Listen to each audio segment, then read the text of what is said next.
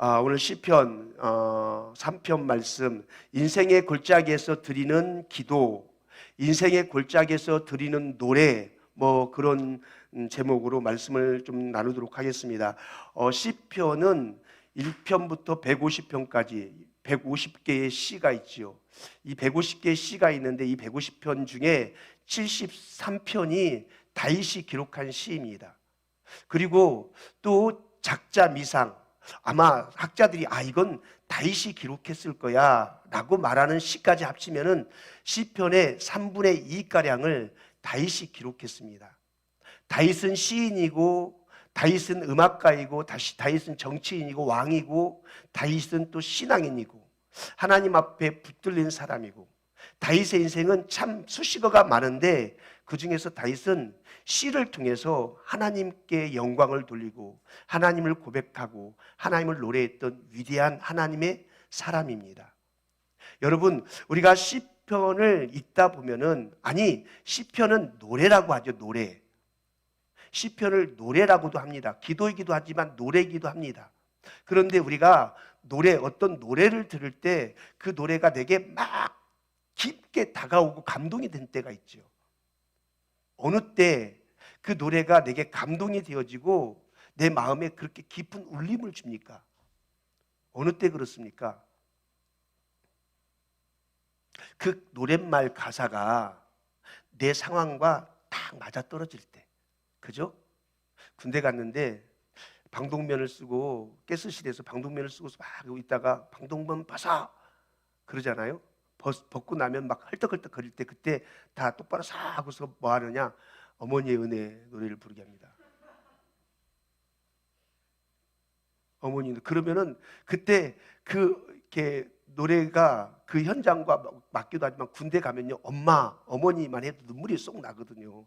지금 군대는 어떤지 모르겠지만 어쨌든 그래요. 그런 어떤 노래 가사가 지금 내 상황과 내가 지금 너무 힘든데 우리 어머니가 옆에 계셨더라면 이런 마음이겠죠. 어머니 보고 싶다 이런 마음이겠죠. 제가 군대에서 책을 한 권 읽었는데 그 책 내용이 그런 내용이었습니다. 자식은 커서 부모에게 효를 행하려 하나 부모는 기다려주지 않는다. 그런 내용의 글이었어요. 제가 군대에서 그 책을 읽는데 얼마나 많이 울었는지 모릅니다. 저희 아버지가 다른 사람이 볼 때는 저희 할아버지 뻘 되는, 다른 사람에게는 할아버지 뻘 되는 그런 아버지였기 때문에 제 마음에는 우리 아버지께 빨리 커서 효도하고 싶다 이런 마음이 많았었거든요. 저희 아버지는 하얀 수염을 길렀습니다.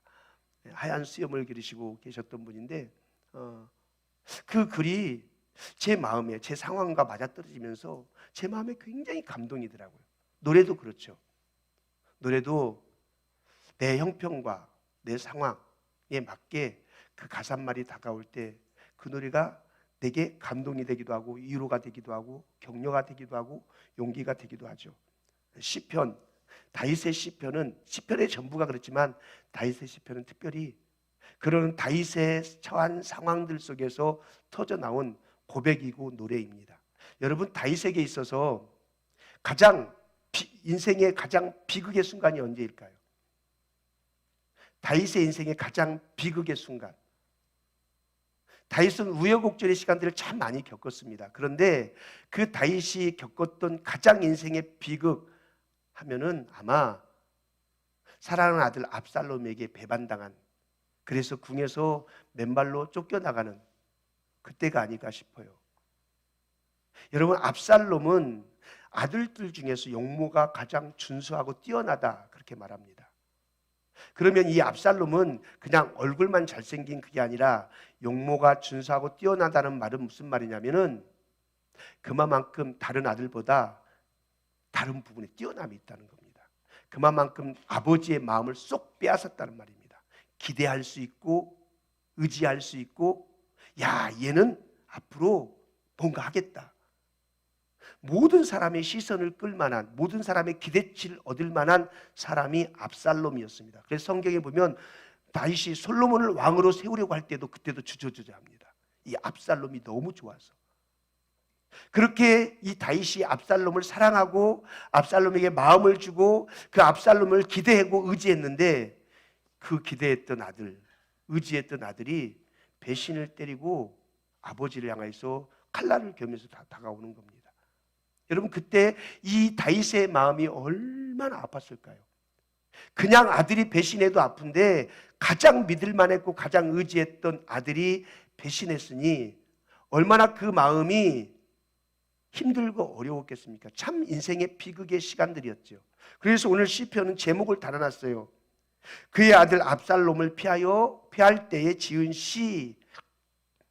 압살롬이 공격할 때 궁전을 떠나면서 지었던 시라고 합니다. 오늘 다윗은 이렇게 고백합니다. 1절을 보니까 이렇게 표현합니다. 여호와여, 나의 대적이 어찌 그리 많은지요. 일어나 나를 치는 자가 많으니이다. 다윗은 자기를 공격하는, 자기를 죽이려고 하는 대적들이 너무 많다라고 이렇게 고백합니다. 여러분, 사무엘상 17장에 보면은 다윗을 추구하는, 다윗을 따르는 무리들이 단에서 브엘세바까지 모리알처럼 많다, 그렇게 말했습니다. 다윗을 그만큼 따랐고 다윗을 지지했고 다윗을 그만큼 좋아했다는 말입니다. 그런데 그 수많은 사람들이 하루아침에 압살롬에게 마음이 빼앗겨 버린 거예요. 그리고 그 압살롬과 함께 다윗을 향해서 공격하는 무리로 바뀌어 버린 거예요. 여러분, 다윗이 지금 1절에 고백하는 것이 그 얘기입니다. 예전에 나를 그렇게 따르던 무리들이 그렇게 많았는데 지금은 그들이 변해서 대적자가 되어버렸습니다. 그들이 어찌 이렇게 많습니까? 이렇게 고백하고 있는 겁니다. 사랑하는 여러분, 사람은 그래요. 금세 내 간이라도 떼어줄 것처럼 좋아했다가도 금세 자기와 상황만 맞지 않으면 등을 돌려버려요. 자기와 입맛만 맞지 않으면 등 돌려버려요. 그래서 추종자가 대적자로 바뀌어버려요. 나는 안 그럴 거라고요? 인생은 이렇습니다. 그래서 우리 그리스도인들은 사람을 사랑하되 사람은 의지할 대상이 아님을 늘 기억해야 돼요. 예, 사람은 사랑해주고 존중해줘야 될 대상이에요. 그러나 사람을 의지하지 마십시오. 그래서 다윗이 지금 뭐라고 말하냐, 여호와여 하면서 여호와께 의지하면서 고백하는 이야기를 하고 있는 거예요. 그만 찍어 이제.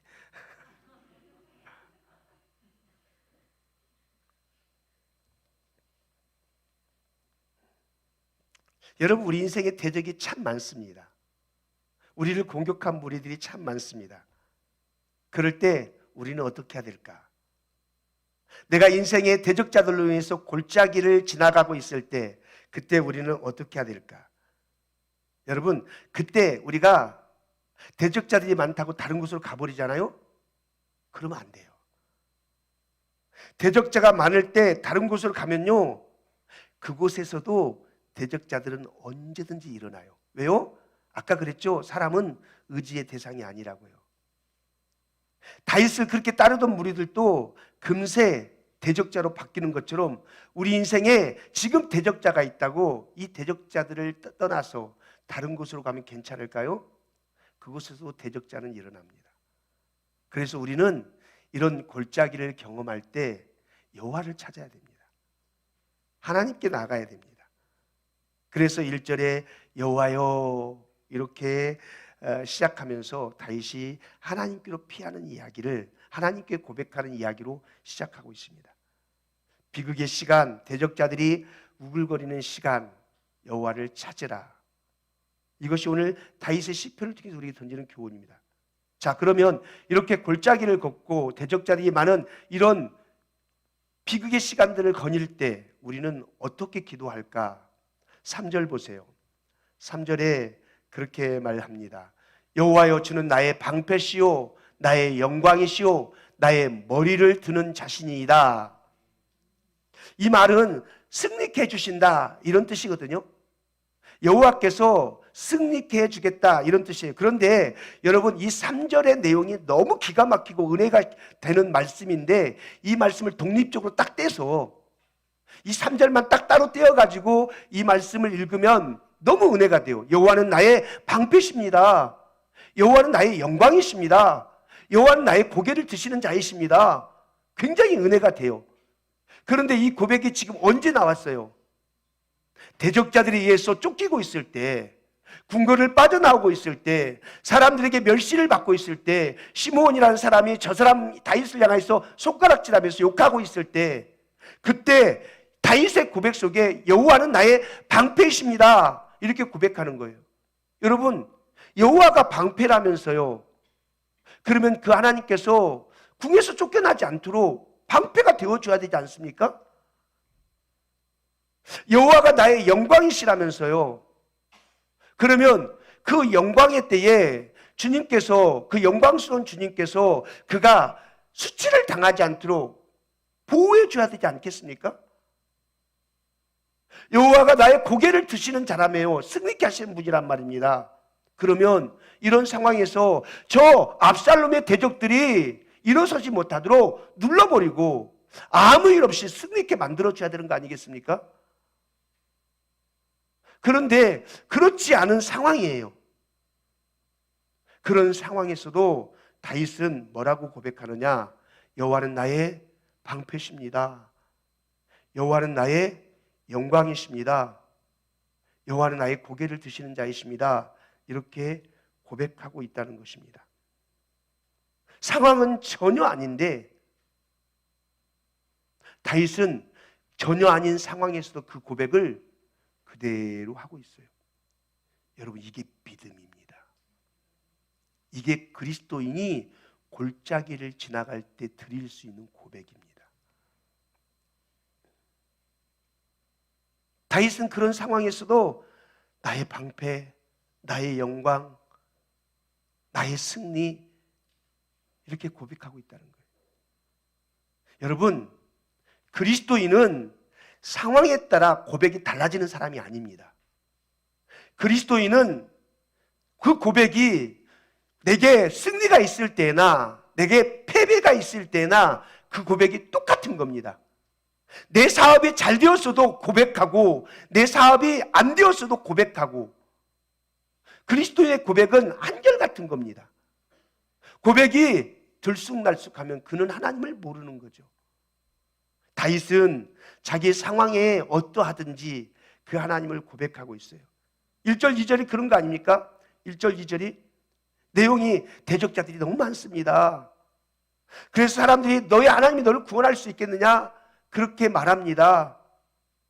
이렇게 사람들이 계속해서 자기를 향해서 종말되고 조롱하고 공격하고 그런다는 겁니다. 그런데 그런 상황에서도 다윗은 뭐라고 고백합니까? 3절에, 우리 성경에 나와 있지 않지만 3절에 원어 성경에는 나와 있는, 우리 성경에는 빠져 있는 접속사 하나가 있는데 그게 뭐냐? 그러나, 그런데, 이것입니다.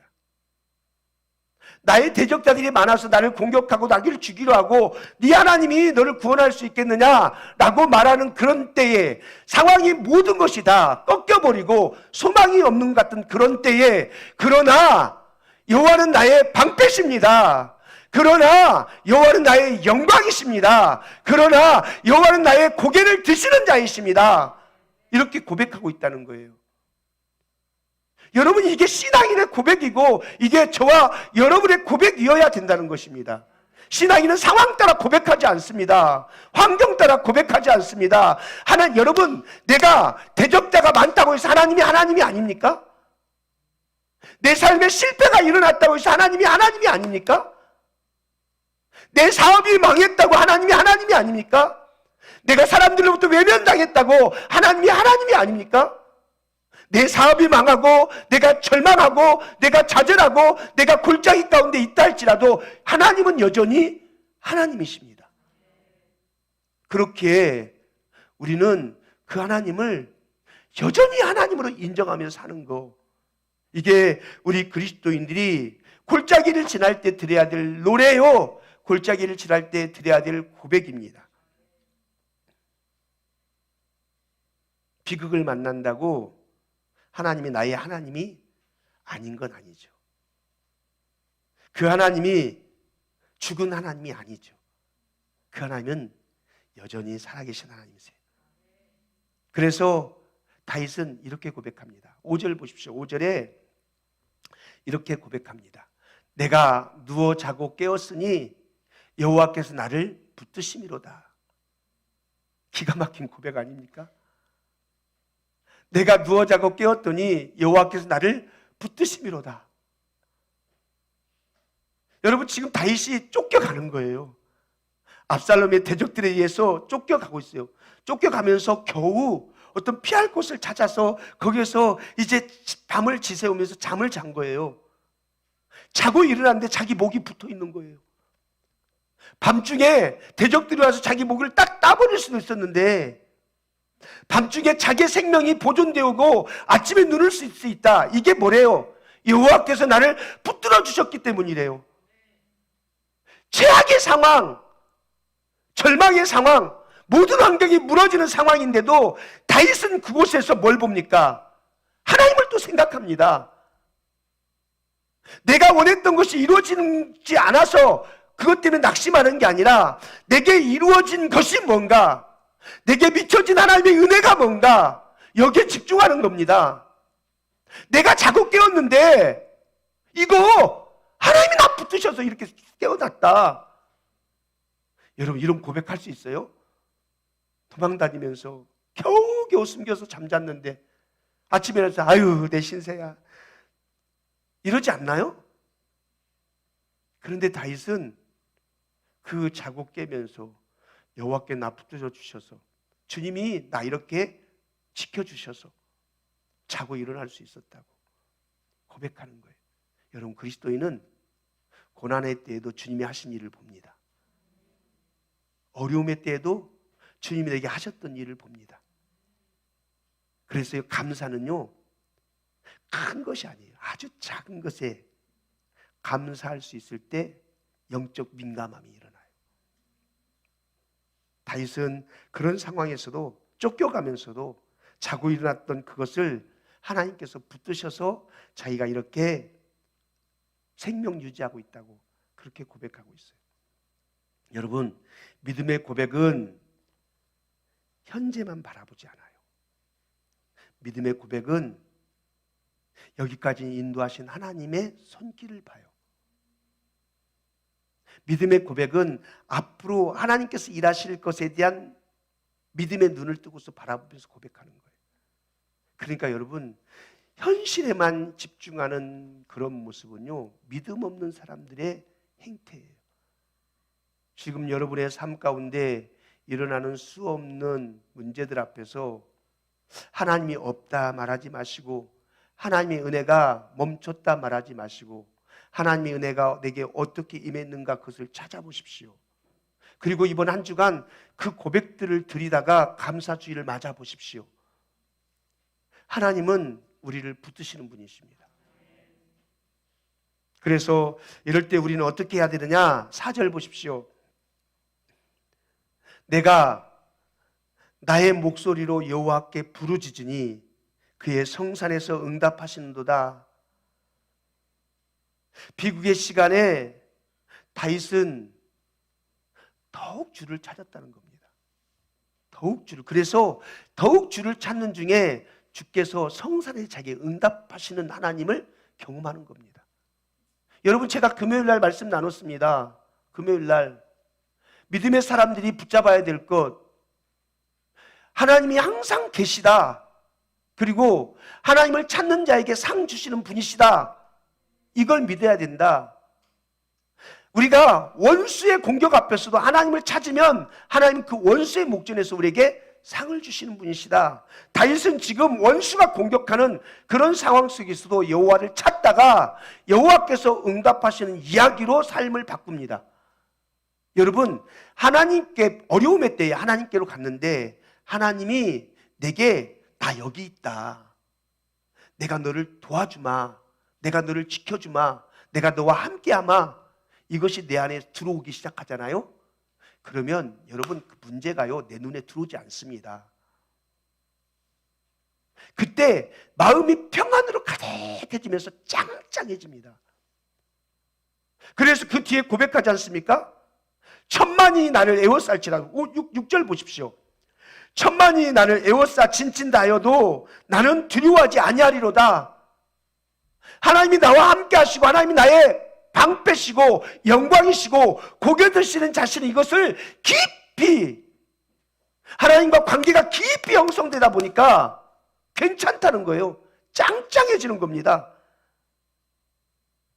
두려움이 사라지고 평화가 임하고 안정감이, 흔들림 없는 시몬스 침대가 아니고 흔들림 없는 짱짱한 안정감, 그게 하나님과 관계 속에서 일어난다는 거예요. 그래서 여러분, 대적을 만날 때, 비극을 만날 때, 골짜기를 걸어갈 때 우리가 해야 될 일은 여호와를 찾는 거예요. 여호와께 피하는 거예요. 그분과 관계를 형성하는 거예요. 안 될 것 같죠? 그런데 그분과 관계만 이루어지면은 골짜기가 내게 골짜기로 안 느껴져요. 여러분, 광야가 물이 없어서 광야 아닙니까? 그러죠? 그런데 광야에서 생수만 있다면, 샘만 있다면 광야는 더 이상 광야가 아닙니다. 그런 것처럼 골짜기가 있지만, 비극의 시간들이 있지만 그 비극의 시간에 내가 하나님과만 연결만 되어 있다면, 하나님과의 관계만 형성되어 있다면 골짜기는 더 이상 골짜기가 아닙니다. 그때가 오히려 우리의 신앙이 깊이 하나님 앞에 예리한 고백을 드릴 수 있는 찬스의 시간인 거죠. 사랑하는 여러분, 하나님을 찾으십시오. 하나님이 우리를 만나 주실 것이고 하나님은 우리의 인생의 문을 열어 가실 것입니다. 8절에 보십시오. 구원은 여호와께 있사오니 주의 복을 주의 백성에게 내리소서. 여기 구원이란 말은 우리가 예수 믿으면 구원받습니다 이런 구원이 아니고, 여기 구원이란 말은 승리를 말합니다. 승리. 그 승리, 압살롬의 대적자들이 왔지만 그들과의 그 관계 속에서 승리를 일으키시는 것은 여호와시다, 이렇게 고백하고 있는 거죠. 승리는 여호와께 있다. 비극에서 승리케 하시는 분이 하나님이시다. 여러분 믿으십니까? 내 인생의 골짜기에서 나를 일으키시는 분은 하나님이십니다. 저는 이거 자신 있게 말합니다. 비극의 순간에도 하나님의 사람들은 해야 될 첫 번째가 뭐냐? 그 비극의 순간에도 하나님의 백성으로 남아있는 것이요. 그리스도인으로, 믿음 있는 그리스도인으로 그 골짜기에서도 버젓하게 남아있는 건요. 이게 그리스도인이 해가야 될 모습들입니다. 여러분, 비극의 순간에 많은 사람들은 떠나버립니다. 예. 많은 사람들이 비극의 때 떠나요. 그리고 비극의 때 끊어버려요. 관계도 끊고, 만남도 끊고, 믿음도 끊어버리고. 그런데 그리스도인은 비극의 순간에 끊는 게 아니라 오히려 남아있어야 돼요. 하나님의 백성으로. 코로나가 이렇게 득실되며 지나왔을 이때에도 여러분은 그리스도인으로 남아 계셨어요. 옆 사람에게 잘하셨다고 박수 한번 쳐요. 네, 남아 계세요.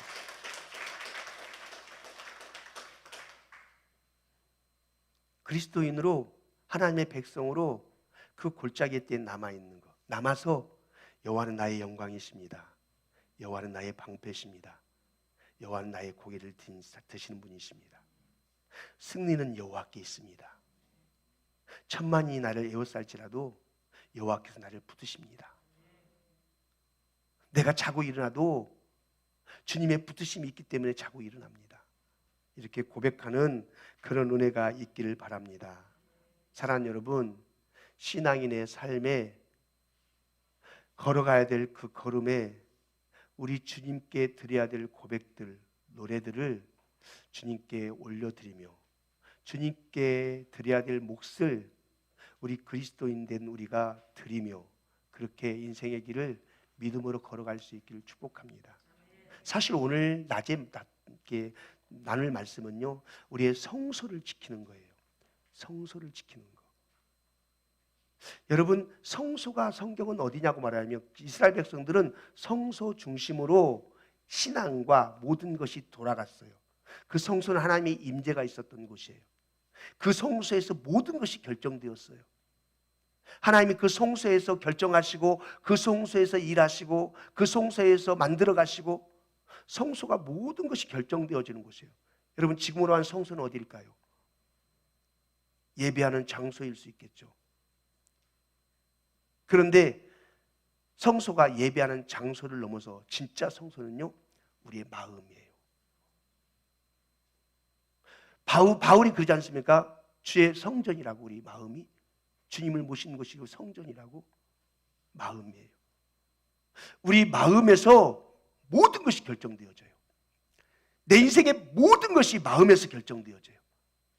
이 성소가 여호와의 임재가 있어서, 이 성소가 여호와의 임재 속에서 모든 마음이 결정되어져 간다면 내 인생은 하나님의 놀라우신 은혜 가운데 이끌려지는 거예요. 사랑 여러분, 골짜기를 만나도 마음의 성소에 하나님의 임재가 있으면 괜찮습니다. 대적자들을 만나도 그 대적자들 때문에 내 마음의 성소가 하나님의 임재를 놓쳐버리는, 잃어버린 그런 모습으로 사는 게 아니라 여전히 그때도 하나님의 백성으로 남아서 내 마음의 성소에 하나님의 임재가 있고 하나님의 다스림과 정복이 있다면, 그러면 그 골짜기는 더 이상 골짜기가 아닙니다. 그래서 우리가 걸어가면서 해야 될 것은, 이 골짜기를 걸어가면서, 대적자를 만나는 이런 광야를 걸어가면서 우리가 해야 될 고백, 우리 해야 될 노래, 여호와는 나의 방패십니다. 여호와는 나의 영광이십니다. 여호와는 나의 고개를 드시는 자이십니다. 천만이 나를 에워싸도 나 괜찮습니다. 내가 자고 일어나는 것은 여호와의 붙드심입니다. 이렇게 고백하면서 우리의 고백이 꺾이지 않는, 우리의 고백이 하나님의 백성답게 외치고 고백할 수 있는 그런 복된 걸음이 저와 여러분의 걸음 되기를 주님의 이름으로 축원합니다. 고마우신 하나님 감사합니다.